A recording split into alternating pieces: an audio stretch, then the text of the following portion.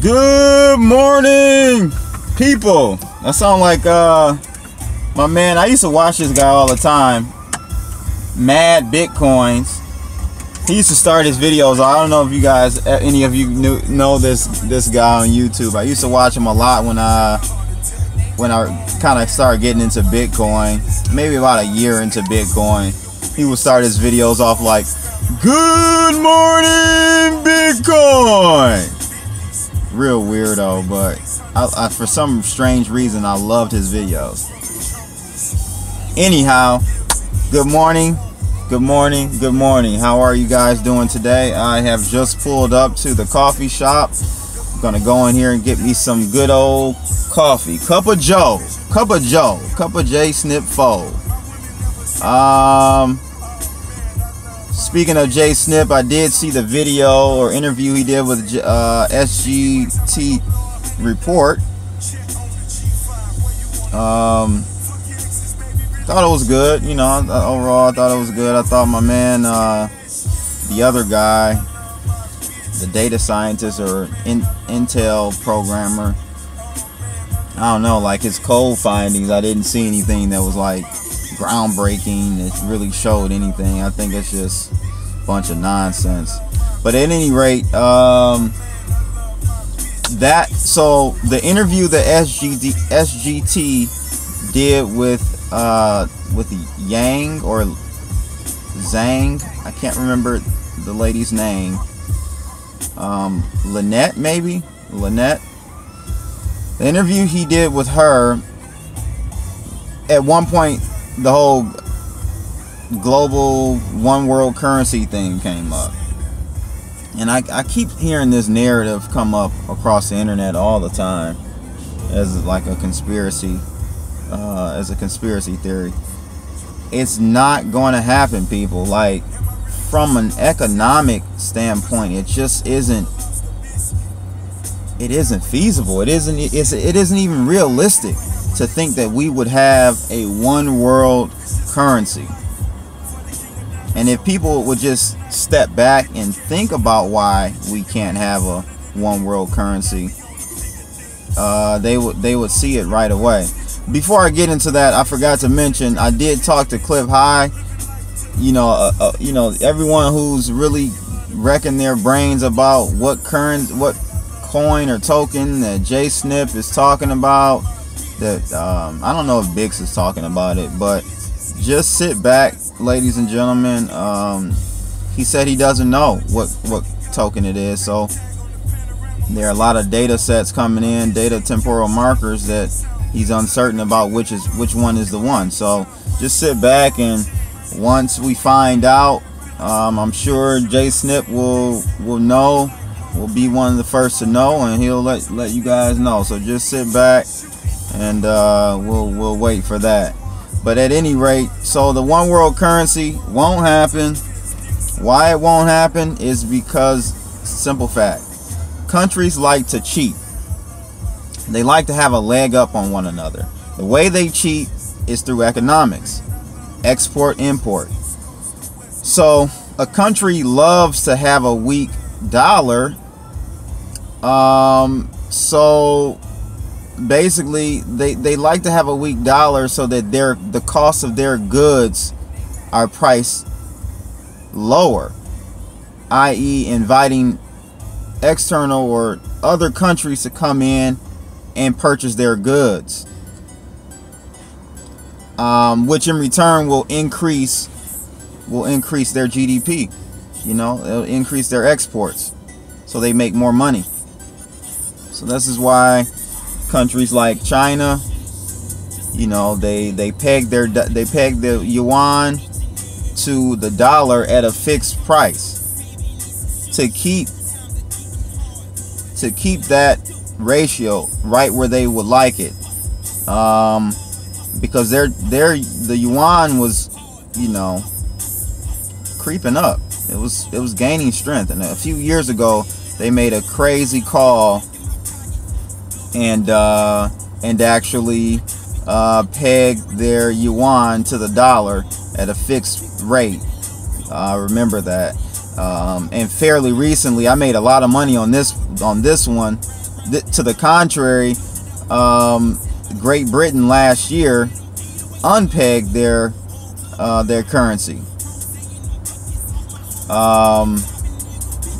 So that, that really, well, they didn't unpeg it. They left the euro, the union. It was weird because the British pound was already its own currency, but they were still like under the eurozone.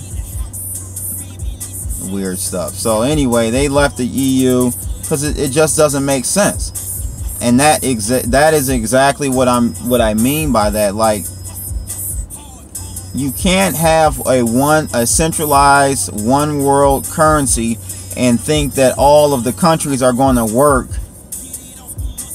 from a monetary standpoint and fiscal standpoint, more so a monetary policy standpoint.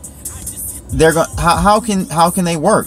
Everyone has their own agendas and how they want to run their countries, and we see what hot mess the euro dollar is. And my personal opinion, it won't be around much longer. I give it five to 6 years. Euro dollar won't be around.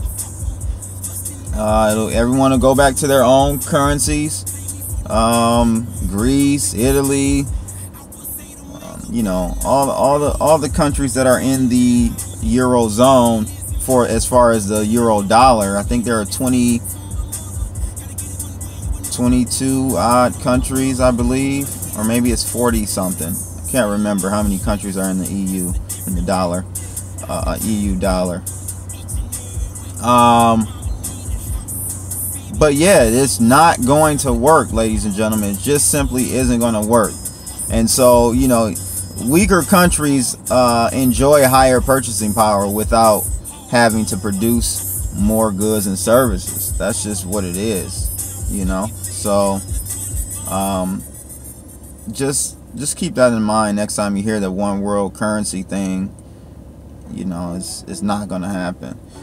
What we will have is, in the case of Bitcoin can be used around the world and can be accepted anywhere in the world, but it's not dictated by one sovereign government, one agency, or one central bank.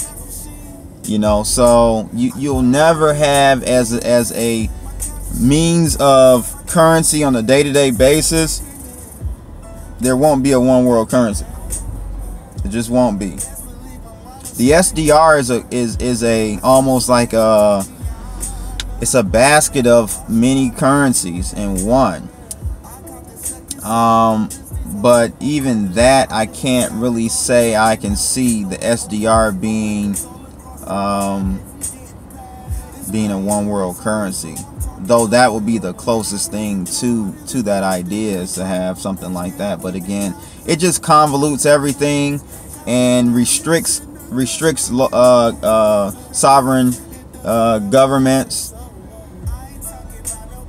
So we know that's not going to happen. You're just not going to see United States say, yeah, I don't mind being under the same fiscal or monetary policy as Mexico or Venezuela or any other country. It's basically the poorer countries would benefit more, if anything, from a one world currency, as we see within the euro. Like, Greece benefited much more from being in the euro because they, the benefits outweighed, as far as from a fiscal, from a monetary, I keep saying fiscal, from a monetary standpoint, they benefited. They reap more benefits from being in the euro versus, let's say, like Germany. Most of your GDP out of Europe is made up of Germany's GDP. Germany is a pretty strong, has a pretty strong economy.